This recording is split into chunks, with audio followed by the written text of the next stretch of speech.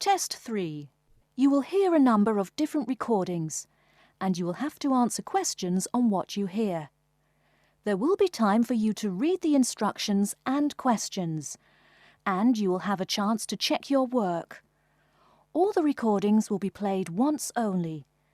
The test is in 4 sections.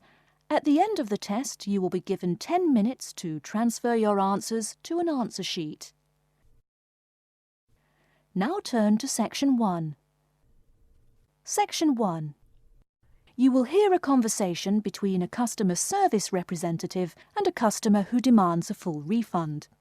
First, you have some time to look at questions 1 to 4.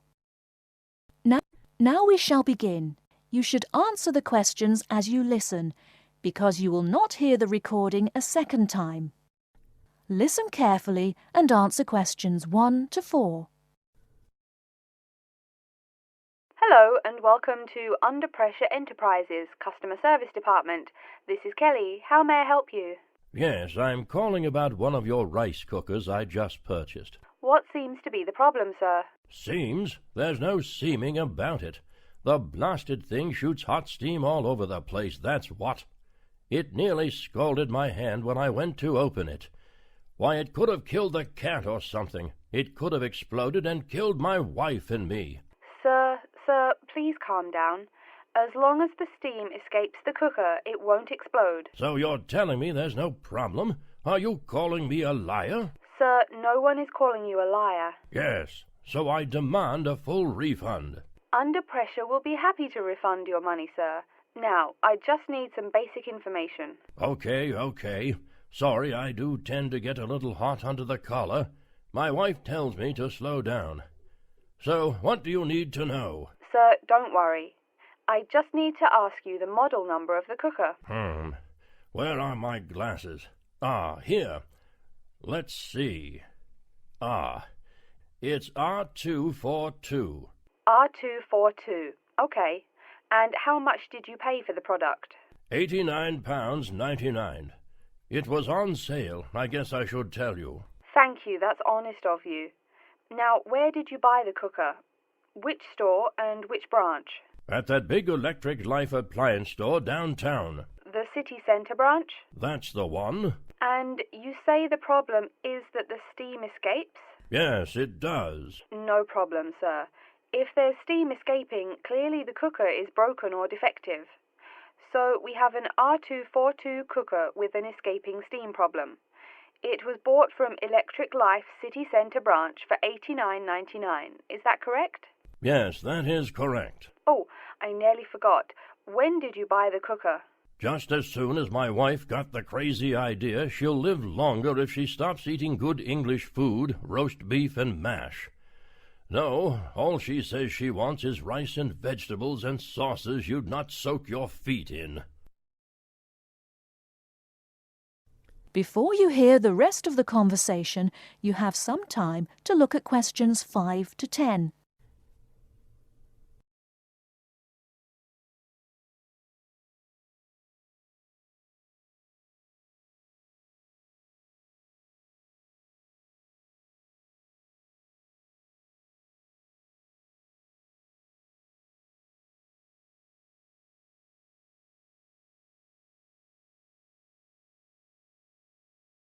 Now listen and answer questions 5 to 10. Sir, when did you buy it? Oh, there I go again. Let's see. We bought it just 6 months ago. We hardly use it either. But 6 months? Is that too long? I mean, for the warranty? Very well. That's well within the warranty period. Now, what's your name and address? Name and address? What for? Sir, it is company policy. If you want your money, you must inform me. Money, you say? Oh, my name is Herbert Hewitt, and my address is 84 Park Road. Is that here in Coventry? Yes, the postal code is B0241DJ. But I don't think sending things in the mail is very secure or very efficient. I mean... Don't worry, Mr. Hewitt, don't worry. We can credit the money to your credit card. You do have one, don't you? Yes, that's how we paid for the cooker. Oh, yes. We still have the number on the computer. I only need to ask your card's expiry date. I'm afraid I never give that sort of information out. I mean, once you have that, anyone could go charging things and... Sir, I said your expiry date, not your card's password. Oh, yes. Foolish me. Of course, you didn't say password. Let's see. That will be April 2008. April 2008. Very well. Your card still has nearly 2 months left to go. We'll get that refund right to you, probably by 5 o'clock this evening. You had better. If I don't get my money... Wait. Yes, I know I'm losing my temper again. I really am sorry. I haven't had my medicine today. And, sir, just one more question for our records. How often do you go shopping at the city centre branch? Oh, well, it's hard to say. I suppose maybe once a month. But I can tell you this. If I don't get my refund, I'll never shop there again. Oh, I think it's time to start looking for another job. That is the end of Section 1. You now have half a minute to check your answers.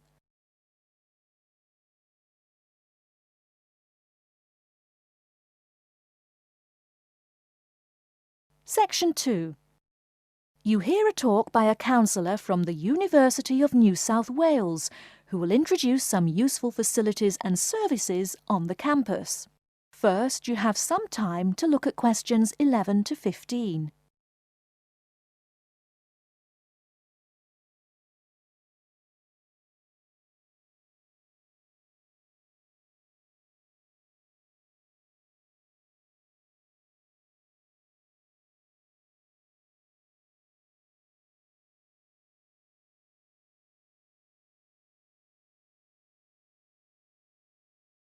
Now, listen carefully and answer questions 11 to 15. Hello everyone, and welcome to the University of New South Wales.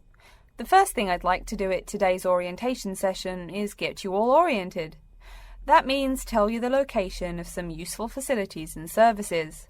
So, first of all, take out the maps we gave you all as you came in the door. The map is the big yellow sheet of paper. As you can see on the map, north is at the top, south at the bottom, etc. Which way is north?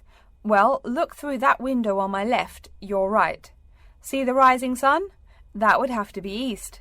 So north must be directly behind me. Now, we're at the campus main gate. The recreational facilities are on my right hand, and its opposite is the student centre. No questions? Good. Pretty easy, right? Okay. Did everyone eat breakfast at the student food service this morning? Was the food good? Yes, I am joking. I've eaten there too. So, after a meal like that, you must be eager to go to a doctor, right? Well, I have good news for you. The Student Health Centre is located about half a kilometre straight north of here. Look on your maps. You see the street on the east side of this building? Ned Kelly Avenue? Just follow that about 500 metres and the health centre will be on your left at the 3rd cross street. Now, I know you all just got here, so you must be wondering how to tell your folks you've arrived safely, how much you miss the dog, and how you already need more money. If you don't have an iPhone, you probably are wondering where to find a computer. Well, I have good news. If you go straight out of its door and walk down the garden street, you'll see the internet unit on your left side, just next to the gym. The hours are posted on the door and the computers are free, but you must bring your student ID card with you. Like I tell everyone, if you need help with anything, you can probably find right here in the student centre. Do you see the 4 buildings there between the student centre and the library? Those are the dormitories. The men's dorms are the 2 on the south, the women's the 2 on the north. Okay, I'm sorry to have to tell you, but the university has been doing a lot of repairs and remodelling and it's not all done yet. So there may be some small problems with your dorm rooms. Maybe the window doesn't open. Maybe an air conditioner is missing or does not work. If there are any problems, you can go to the complaint office, which is right beside the teaching building between the Parker Street and the Cramer Street. Just tell them your problem and they should have it fixed by the time you graduate in 4 years. I'm joking, but please be patient. There are a lot of little things they need to take care of. Tired of the school food? No? Give it a week. Or maybe you just need a place to get coffee in the wee hours of the night during one of those marathon study sessions. Either way, you definitely have to check out the little cafe just past the women's dormitories. They've got free Wi-Fi, so a lot of students saddle up with coffee and a bagel for hours on end to get work done.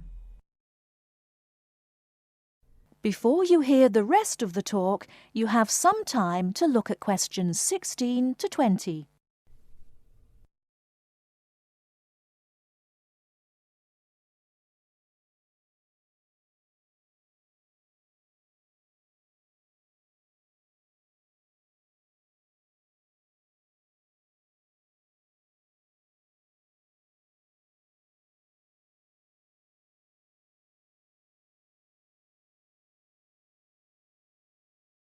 Now listen and answer questions 16 to 20. As for the dorm rooms, I have some bad news and some good news.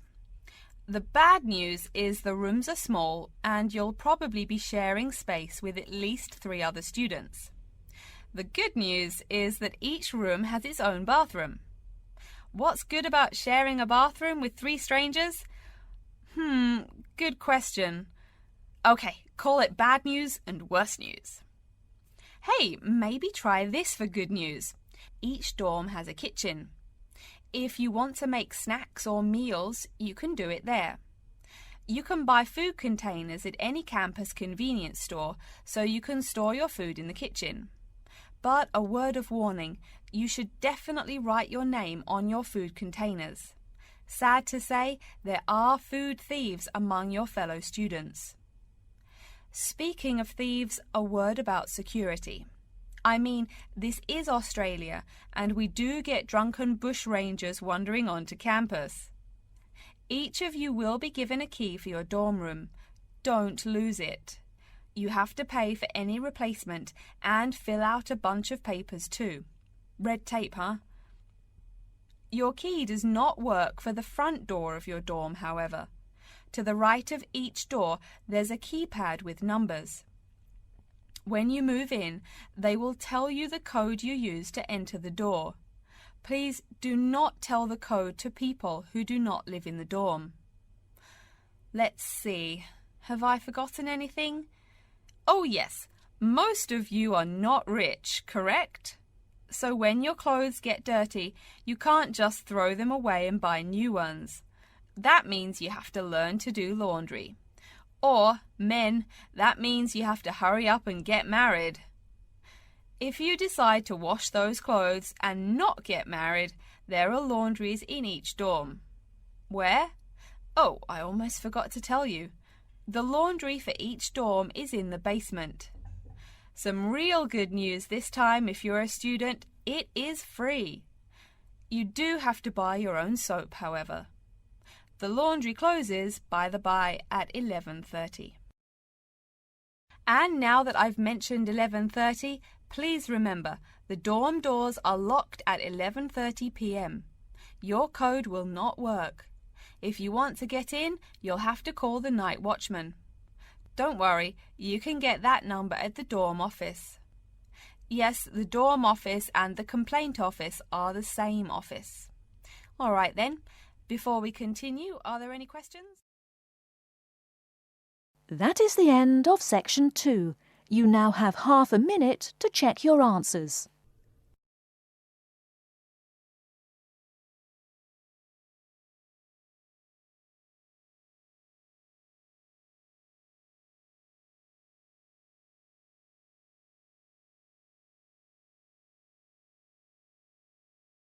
Section 3. You will hear 2 students called Betty and Bruce talking to Professor Dundee about their own presentation.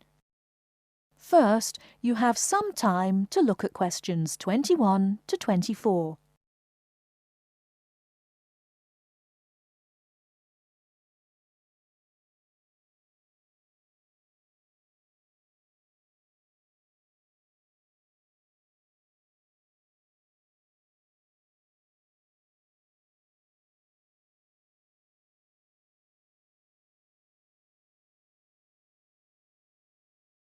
Now, listen carefully and answer questions 21 to 24. Come in. Professor Dundee, we're ready to make our presentation. Oh, yes. I did say 1 o'clock, didn't I? Please, sit down. So, who goes first? Bruce? Or you, Betty? I guess I could. Bruce is always a little shy. Not after he's had a lager for lunch, eh, Bruce? Ha ha! No, Betty really should go first. OK, well, I'm reporting on the effects of different marketing strategies on the cheese and oil markets. Different strategies obviously affect the sales volume differently. I looked at the sales in 2 countries, New Zealand and Colombia. And what did you find? Pray tell. Well, in New Zealand, the sales of both oil and cheese have declined pretty steadily, and in fact, the sales have decreased more quickly than the population. On the other hand, in Colombia, the volume of sales for both products has remained the same. Wait, so you said sales in New Zealand have been going down? Correct. Suppliers have introduced 2 new upscale brands of each product, which are a bit expensive but very tasty. The big ad agencies are trying out a new series of ads that shift the focus from health to great taste. They think that will get sales moving up in New Zealand, where the population is less affluent and generally less health conscious. Brilliant. Thank you. And Bruce? Yeah. My report is about chocolate sales in Italy and Germany. The 2 countries' marketers have found out that you have to market chocolate differently in each country. For example, in Italy, Kostig, the most expensive brand, pays shop owners to put the candy just about knee-high for an adult. I don't see. For little kids, that's about eye level. That bright red candy is the first one they see, so they buy it. Even better, they start telling their moms to buy it too. So, you mean? Well, I mean, in Italy, if you locate your product at the right location of shelves, sales do great. They say it doesn't matter much what brand of chocolate you're selling. As for Germany, das Land der Schokolade. Huh? That's German. It means the land of chocolate. Germans love the stuff. So people make a joke and call Germany that. Oh, right. So, you were saying? Well, like you pointed out, Germans love chocolate, but they're thrifty. For a long time, the biggest selling brand was Schmutzig, mostly because it was the second cheapest, but didn't taste too bad. Before you hear the rest of the talk, you have some time to look at questions 25 to 30.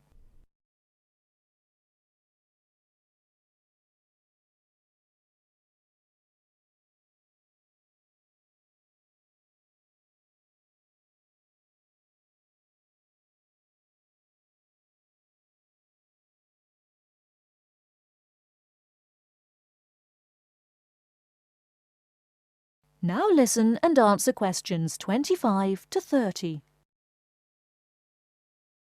Again, brilliant. A pretty good job, both of you. Tell me, what do you plan to investigate next week? I'm especially interested in the effects of colour on sales of products, so I'll be looking at ads for cosmetics and cleaning products in the local market. You know, like the distinct orange colour of Mr. Muscle, lavatory cleaning products. And you, Bruce? I'm focusing on the effects of different containers on sales of cookies, so I'm going to look into packaging for cookies and how the materials they use will affect the image, and in turn, sales. You know, most containers are paper, but some expensive cookies come in metal boxes. The shiny metal boxes catch people's attention, and the image remains in the memory longer. Well, it sounds like you two are all set. But as always in this course, I urge you both to pay much more attention to the advertisement extensions. That's often the key. All right? Any questions for me before you go? No, I think I'm all set. Thanks. Me too. Thanks, Professor Dundee. See you later. That is the end of Section 3. You now have half a minute to check your answers. Section 4. You will hear an introduction of the exhibition named 2 Centuries of the Bike. First, you have some time to look at questions 31 to 40.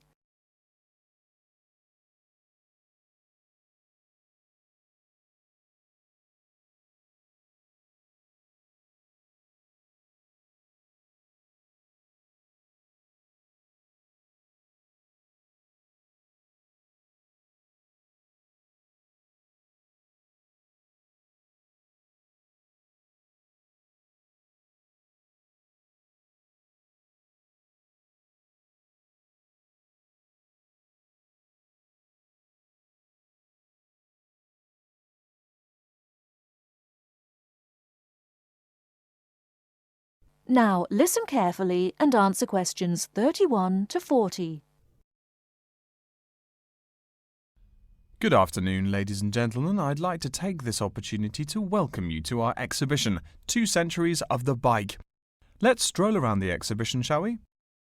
Although there were a few early efforts back in the 1700s, you didn't really see many bikes till, say, the 1830s in England. Bikes were a response to the rapid growth of cities early in the 19th century. Cities like London were getting too big to walk across. The early bike let people travel with less effort than walking. Plus, a bike was a lot cheaper than a horse. Think of it. No one invented a bike for, 5,000 years of human history. Why did people do it then? Probably because this was the start of the machine age. People wanted machines to do all the work. There were some drawbacks, however. For one thing, there were no pedals. You simply pushed yourself along using your feet, kind of like today's skateboard. That meant you went fairly slow, and uphill you actually worked harder, pushing that two-wheeler. Plus, the wheels were made of wood covered with metal, as you can see from this model. So the downside was that the ride was quite uncomfortable on most roads. Only a few gadget lovers had or used them. By the 1860s, though, improvements were being made. As you can see from this specimen, metal frames had become the rule.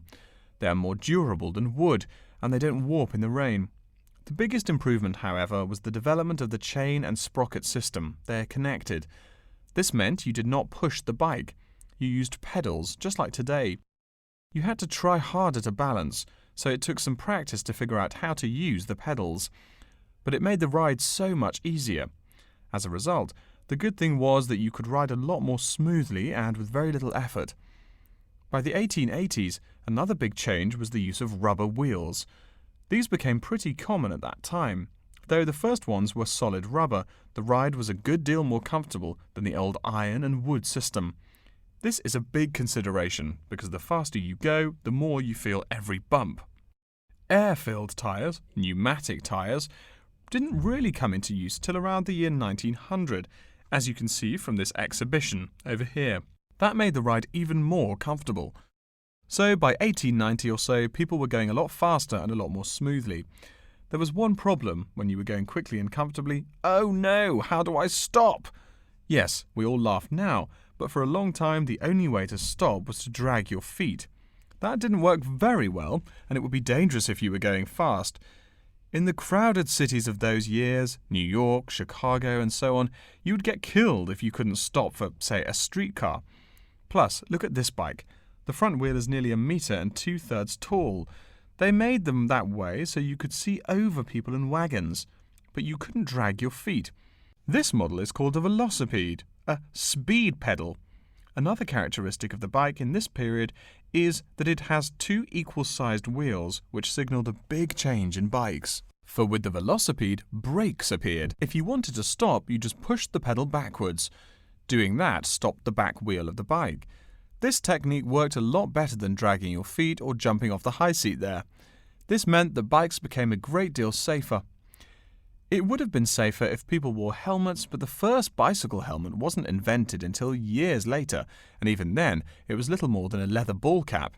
It really wasn't until the 1970s that the bike helmet was modified to provide some real protection. Before continuing on to look at developments since the 1890s, let's say a word more about safety. Everyone knows if you're going downhill, you can get going dangerously fast. To go more than 100 kilometers an hour isn't all that difficult. But even on level ground, it's easy to go too quickly. On a city street, today's bicycles can be ridden at a speed of over 40 miles an hour over a short distance. That's about 64 kilometers an hour. Remember, you're on a bike, not in a car. There's nothing to protect you. People are killed in single bicycle accidents every day, just from hitting the road. A good rule to remember is, if you're going faster than the cars, slow down. And please wear a helmet. Nearly 1/4 of the epilepsy cases come from head injuries in accidents on bikes and motorcycles.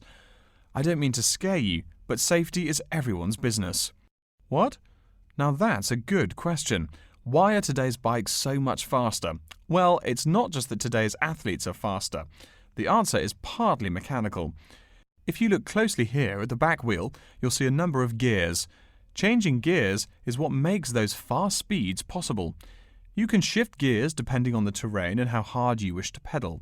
So you can put it on a higher gear for downhill and a lower gear for uphill travel to make it easier to climb that slope. You'll notice this gear shifting mechanism is attached to the back wheel, and when the rider shifts on the handlebar gear shifter, the chain moves to the appropriate sprocket. And, speaking of changing gears, let's look over here at our Tour de France exhibit. That is the end of section 4. You now have half a minute to check your answers.